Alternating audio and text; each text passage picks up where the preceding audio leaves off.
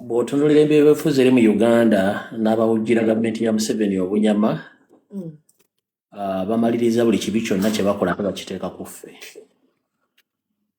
nti ffe kizibu. Naye ne weebuuza Nuupu bwebanga kyekizibu kya Uganda, lwaki ekizibu ekyo temukikolera bikidimanding ekizibu kino kivaawo? Bwe tuba twogera ku masomero abo mugakole Nuupu tegenda kuddamu okwogerako. Bwe tuba twogera ku kuwamba abantu temulekera okuwamba abantu ddemu twogera ku kuwamba abantu. Bwe tuba twogera ku kitta bantu bwe mulekera obbata ffe twogera kuddamu kwogera kutta bantu. Bwe tuba mwogera ku democracy muteekewo okulonda tulonde buli awangudde agende obadde awangudde adde waka bwe tunaddamu kwogera ku by'obululu. Naye bakolera ddala ebizibu ate ne babijjako bituuma abantu abalala. Kati waliwo ekiwala kye nalabye kiri mu Middle East awo ng'akutta omutwe gwe ne buponiteyiro obwa layisi n'ennyindo y'emulinga ng'ekigaaga. Awoza mbwe abaana b'enkyukakyuka bali Middle East be batandise okuviirako ensi za Middle East okugaana bannayuganda okuyingira ensi ezo. Mbu buli kimu kye balabye wane mu ddungu bakyogerako bakipostinga ne bakiinterpretingira Abawarabu ne banyiga obutakkiriza bannayuganda kuyingira. Kano mujja kasalayo. Buli muwala wa NRM nga webuzaabuza ng'afukaana aba ng'oyogera ku bintu eby'enjawulo ng'oli mu Middle East. Ekyakutwala mu Middle East kitegeeza Uganda gy'owagira gavumenti gy'owagira yakuleeta okubeera Middle East wandibadde oli Uganda. Correct. Ekyokubiri ebigambo Museveni byayogera mu Luzungu, Abawarabu bamanyi Oluzungu. Babeesinga ku byayogedde ne balyoka bateekawo sanctions bateekawo. Ate nno gakyali mabaga. Mugenda kutuuka nga Middle East kyakkiriza muntu yenna ava Uganda oba visit visa oba tourism visa banzira baga n'emeka ne mare ne bukyaddamu kusalayo. Bajja kuba batuyambye. Ekyo Museveni kennyini yayimbira n'akozesa omutwe gwe ku myaka gye ng'ayina bamuyita Luzambi yamuyita ani ow'okwerabira.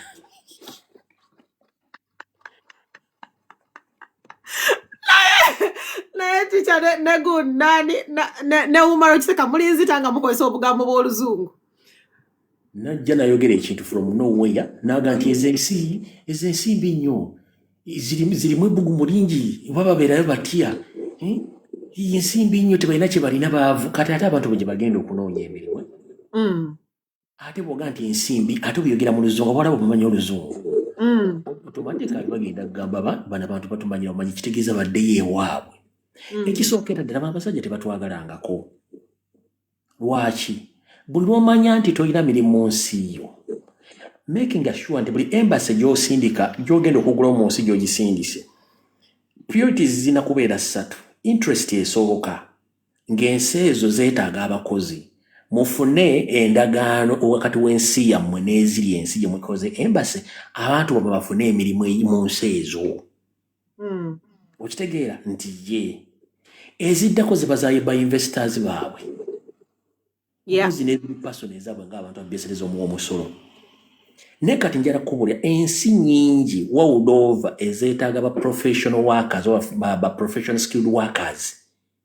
Naye nga tebalina ngeri gye bagenda bafunamu olw'ensonga gavumenti zaabwe tezifuddeeyo. Kati ensi nga Philippine etwala abakozi okuva mu nsi zaabwe nga baliko contract nga bw'agisayiniza Philippine bw'agituukirako bw'agikolerako.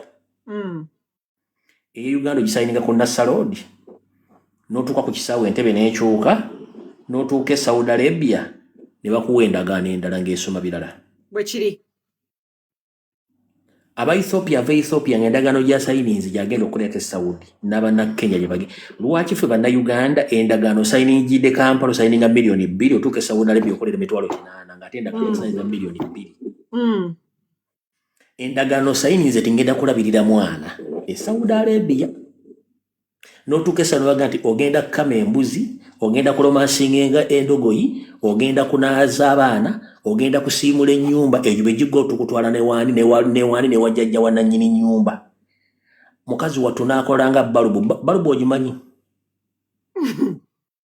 Balubu eyo w'ogigula mu supermarket n'ogiteekamu ogijjamu efudde okuteekamu kati n'abaana baffe bate babakozesa. Omwana ava e Uganda ne bamukozesa okuva yayingidde mu kiyumba mpaka lwafuna kamunguluze n'amukuba.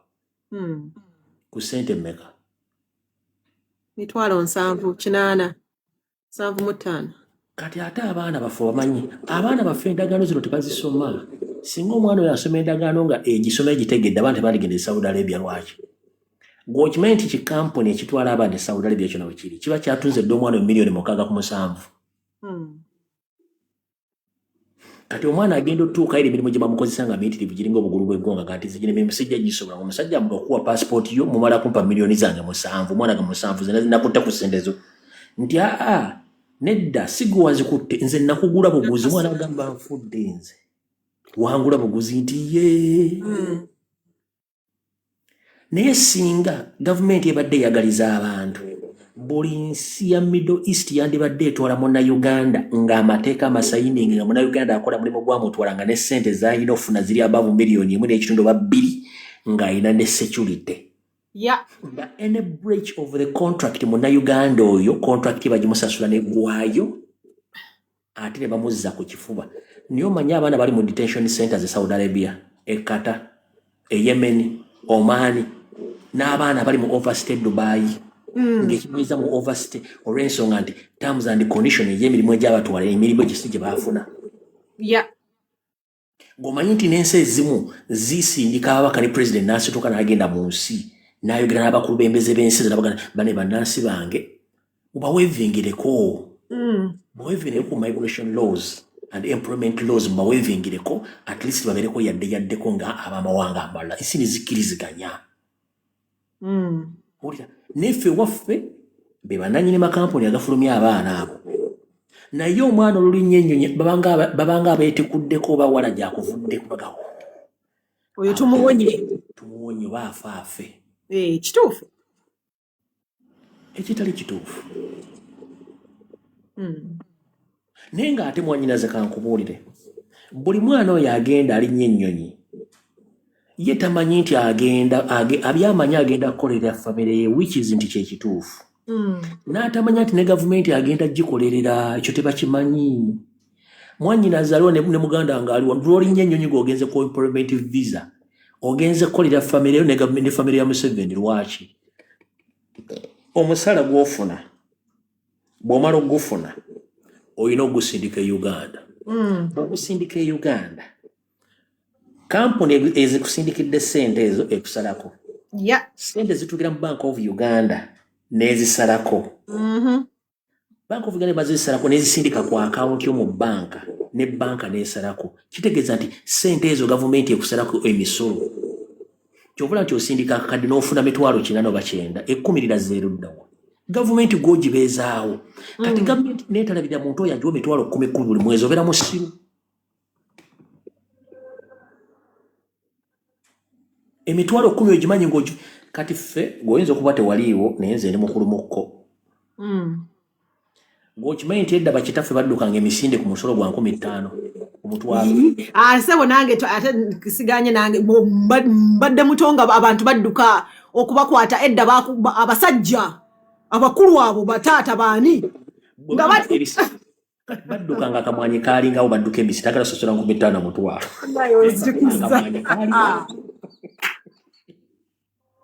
Nga badduka boyi naye ng'akamwanyi kaaliwo mu biseera ebyo. Yes, baali balimi baalina ssente ffe waffe tuli balimi ba kotoni ffe eri ebugwere baalimanga kotoni ng'oyita ku makubo nga buli kubo kukuteka kotoni mbirigo. Ne kati omwana n'afuluma anaabanga bw'emitwalo 10 buli mwezi ne mutamufaako.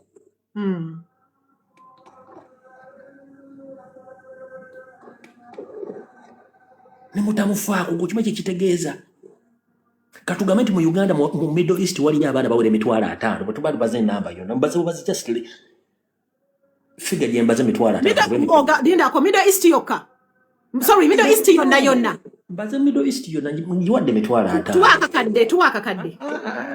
Nkuwadde enamba emitwalo 4. Kale emitwalo 5. Kwata kale kyereka ku mitwalo 10 ojja wamijja kozesere meka. Emitwalo 5. Ndagala njogere figure entuufu mu Luganda. I'll get it right. Okay, so emitwalo 5 that is 50,000. Yeah. 500,000. 500,000 of people. Times. Buli omu ng'aba mujjako emitwalo 10 gya misolo giyita misolo ssente zaasindika e Uganda.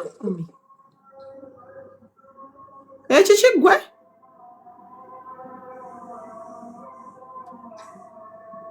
Bichigwe. Simanyi zogera zino sente mu Luganda bazogera batya. Ziwandiika bajja zikubalira bana bali wano. Hey! Emitwalo ataano gy'abana Uganda nga buli omu bamuggyako emitwalo 10 per month. Obuwumbi 5. Tubalidde on average ng'omwezi guweddeko 31 days naye waliwo abasindika ssente on a daily basis. On daily what? Basis. Or at least weekly. Bw'obanga ofuna billion 5 okuva maana mitwalo 5 egiri mu Saudi egiri mu Middle East ogwo omusolo ogumanyi. Sente nyingi. Abayali ne bagula 0 tubawa sente nyingi. Notawa security baana abo. Ticha Lumbuya abaana balaajanira ku ddungu kuno. Anti kyegambi notawa baana abo security na banoonya kiki bakwatako.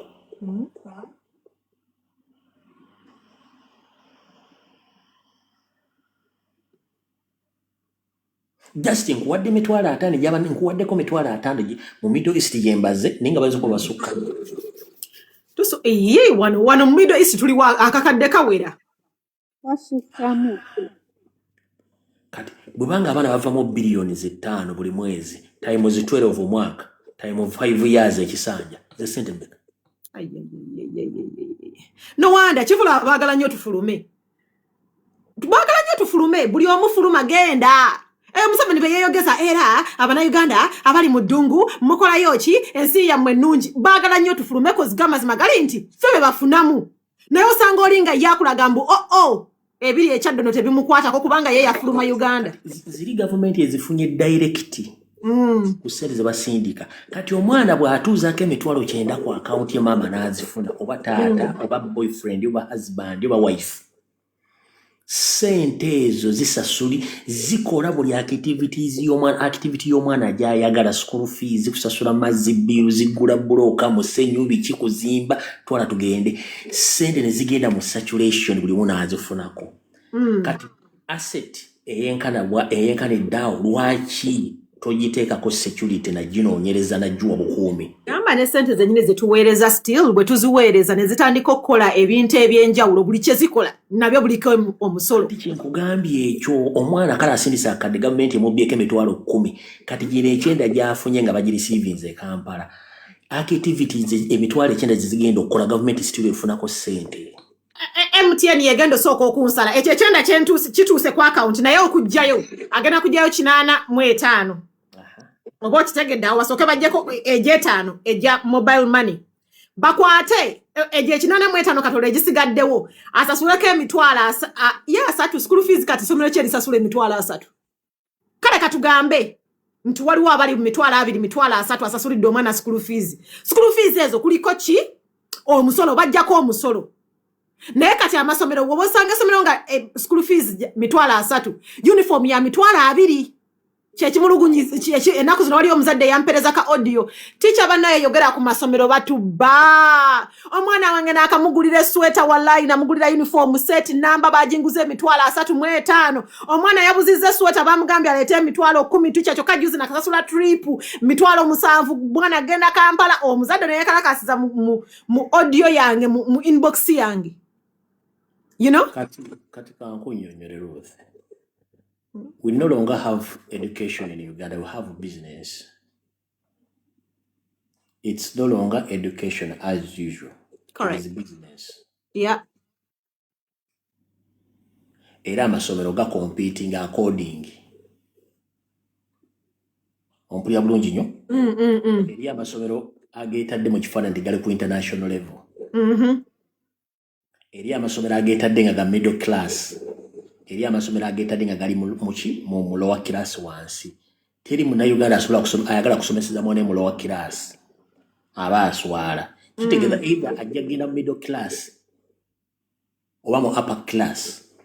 Kati ne lower class gye wandyogeddeko gana aga gavumenti era omaliriza omuzadde wadde baganda amasomero mwana asomera bwere nga ate tisi otaddeyo 10 oba 2. Correct. Bw'onoogenda mu middle schools omwana asookerwako abeere wa nassale waliwo omwana wa nassale asasula $50 ku kakadde. Bwe kiri. Bw'onoogenda ku international schools abaana waliwo amasomero genda wulirako nti basasula almost wakati w'50,000 ku $1,000 per term.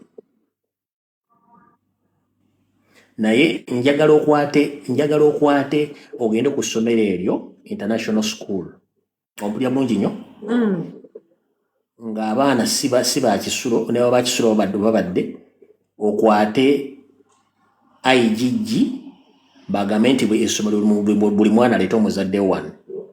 Buli mwana gwe basonkako n'omuzadde ombuuze okola mulimu ki? Yeah. Kano kakulu babuuze omuzadde okola mulimu ki? Bonna basinga obungi ba government officials ombuuze ofuna ssente mmeka? Under public service.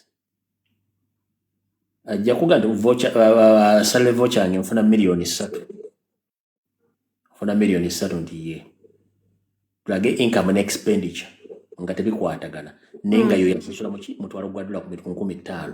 Bwe kiri. Kitegeeza nti ssente zonna ze bateeka mu budget ezirina okukola on behalf of Ugandans bakola ebintu balina okukola. Ssente tezikola service ezo. Ssente zigenda by individuals. Bazezza. Okusobola okumakinga ne standard gye beekuliyetengirawo. Kati omwana wa police ali mu mama yingi ya pole no wa UPDF omwana agenda competinga nabo.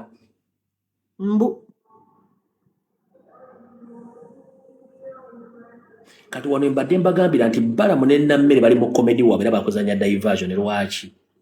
Ekizibu kya Uganda siba contractors abazimbi b'enguudo amasomero no. Ekizibu kya Uganda kyaba permanent secretary minister ne government ne Museveni yamuwa omulimu lwaki. Contractor janagamba nti nze oluguudo luno ngenda dukolera $10,000,000. Ompulya bulungi nnyo nti budget n'efuluma ey'oluguudo olwo n'agiwaayo ne bamuwa contract.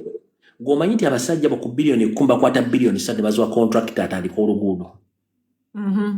Bo ne basigaza $7,000,000 ne bazirya.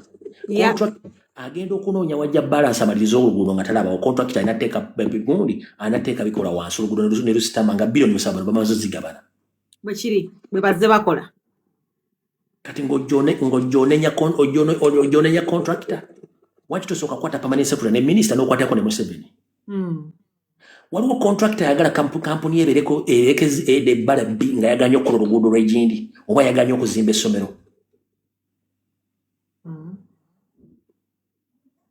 Mukyalo waliwo oluguudo lwe batandise mu Uganda nga ssente tezaayisibwa. Ate bagenda odutandika olwedde nga ssente baaziyisa dda. Ssente zaalagawa. Ziriibwa zibbibwa. Kano kalawunda about akalinganga buno bugati bwana kwetaka bayita simiti ak'okukulokotawa oluguudo lwali lunagenda paka Jinja mpaka Busia lwakomawa. Kasita yakola kali mu bbiimu kali kagundi kasako ke ne kagenda ali ku gundi ku gundi wali ku hoteri ye eri Mistil. Ne kakomaawo n'amanya nti kati ssente zazimbye ziwedde oluguudo teruyongerayo. Naye abasajja babbi. $1,000 bypass ntebe yayiwa express ente bazifulumya oluguudo lwakomaawo.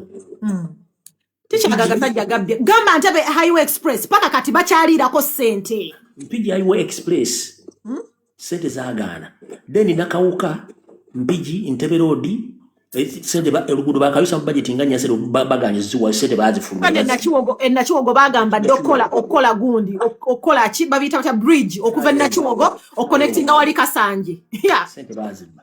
Baba Peneti najja mana Peneti najja oyo muyitale mana Peneti nenga muddugavu atudde wali nakasero n'entebe oyo mana Peneti najja n'atwala emmwanyi zaffe. Mana Peneti najja n'abba eddwaliro lye wali erubowa n'alitwala. Nenga oyo mana Peneti omwana bw'atuuka okuzaala owuwe amutwala wa mu America Canada Bungereza. Olira baminisita balwala batwala wa babaleeta ano Turkey batwala Kenya kitone nnyo batwala India babatwala Bungereza naye ng'eddagala eddwaliro bakoze paliridde.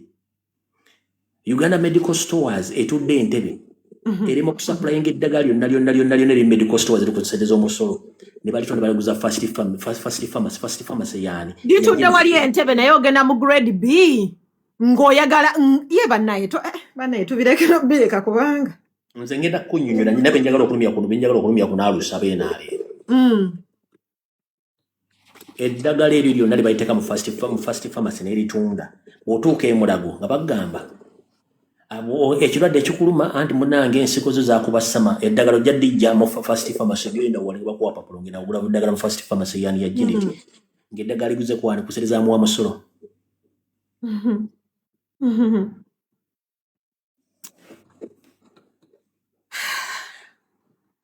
mwe musinga amasannyalaze mu East ne Central Africa kyokka gavaako galinga gali ku competition gye tugatunda tegavaako Rwanda tegavaako Tanzania tegavaako Kenya tegavaako ne South Sudan tegavaako ne wano bannannyinigo gavaako makya n'olweggulo naye waliwo gw'ogenda okigamba akiwakanye kubanga takimanyi ogenda mugamba nti part of the 7 strategies of economic sabotage against the will of Ugandans gye bayita road shading nabyo kyonka sikiwulirangako ne mulimba muwaire n'omugamba no amasannyalaze bwe gabaako gali part of the economic activities abannayuganda hotel zigakozesa restaurant zigakozesa abookya holding abatunda ebyokulya abakola buli kintu bakozesa amasannyalaze kati amasannyalaze ogamba lennaku 3 nga tegali mu kitundu kitegeeza economic activities zeetaagisa amasannyalaze zifudde but you are proposing yagala kuleeta train mu Uganda ekolera ku masannyalaze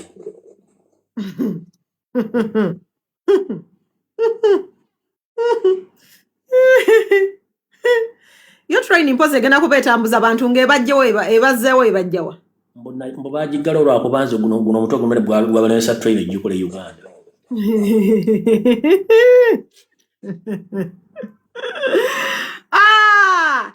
Uganda abantu okwegamba bw'omunauganda bw'obeerawo nga gwe ekizibu kyo train egenda kujja wange ekutwalawa just because olabye Dubai mulimu train Dubai metro teyitawo nga temujjudde bantu efe ebeera ejjudde because there is abantu bagenda back and forth they're going to work they're running businesses something is happening kati gwe ayagala train e Uganda akabirira train mpozi ayagala ekozesa eki kikyogenda okuba ng'otambuza byamaguzi ng'ebitwalawa ng'ebijjawo ebitwalawa bwekyolina okumanya eggwanga liri ku bikokojjo lwaki liri ku bikokojjo seetaaga nnyo ogende into deep politics onoonyereze lwaki eggwanga liri ku bikokojjo just tuna mu normal life here on social media tunula life here tunula ba influencers bona ku social media they're confused fellas abali ku social media balina numbers lwaki ajja nasomesa about love nga yasembayo kubeera ne love emyaka 2 mabega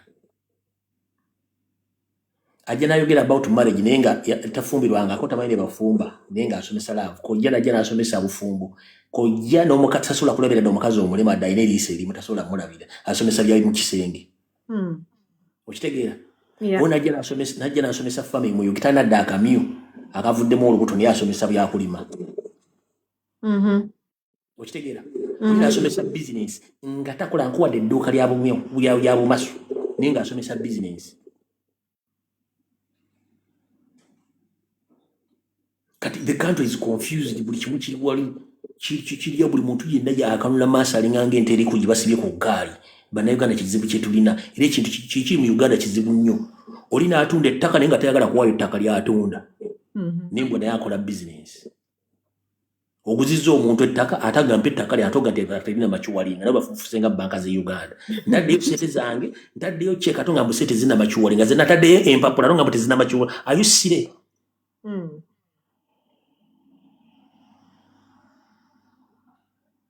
n'ogenda malwaliro ng'omanyi nti osobola okugenda malwaliro ga Uganda 5 ng'onoonya results entuufu ez'obulwadde obukuluma buli omu ng'akuwa bulwadde bwe bagenda okuga nti olina kansa n'otandika n'okweraliikira otunda ebyo nga kansa si yakuluma kirwadde kirala nti ebyuma bifu omanyi nti edda nga eggwanga terinattabanguka byo nga biriwa ebyuma edda nga eggwanga terinattabanguka abantu bagendanga mu malwaliro amanene oli bamukema gamwa ekituufu tolina kikuluma naye gendako ewammwe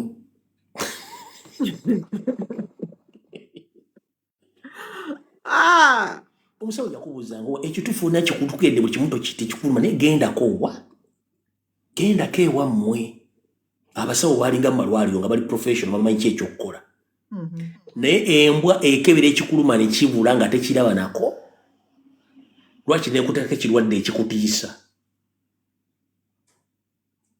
nogenda n'otunda ebintu tugamba kati kulongoosa basigadde ne bakugyamu ebitundu byo by'olina bayinza okuloza nti limba wano bannange njagala kumuza akazindala kuno yita abantu bakuwa obujulizi mu Uganda osobola ogenda mu ddwaliro ekirwadde ekikuluma nga tebakiraba buli ddwaliro nga likuwaliza ti sindala okitegeera olaba mu Uganda omuntu results simulaga nti mulwadde wa sirimu nga ntuufu olw'okuba nti alina kyagoberera n'agenda mu pharmacy n'agenda mu clinic ne mugamba nti katukolere results ziraga nti oli mulamu n'asiga omwana abandi obulwadde bwe kiri kati eggwanga lyetaaga reformatory setting lyetaaga obukulembeze obupya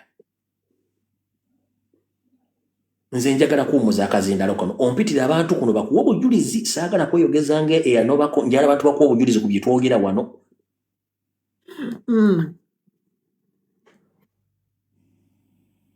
era kampumuze wano abala bajje bakubuulire saagala kwogera bwomu wano ku bintu bingi mu Uganda abantu bye batya okwogera nga bamanyi tebituufu byonna tica byoyogedde bituufu era ajja nga tewaba wajja nga ze kuwakanya wabula ajja nga naye alina kyayongerako no ne bwaga nti byange bikyamu yakuwa ebituufu omanyi omuntu bwaga nti muntu kyayogera ekikyamu ye ng'akuwa ekituufu ye kyamanyi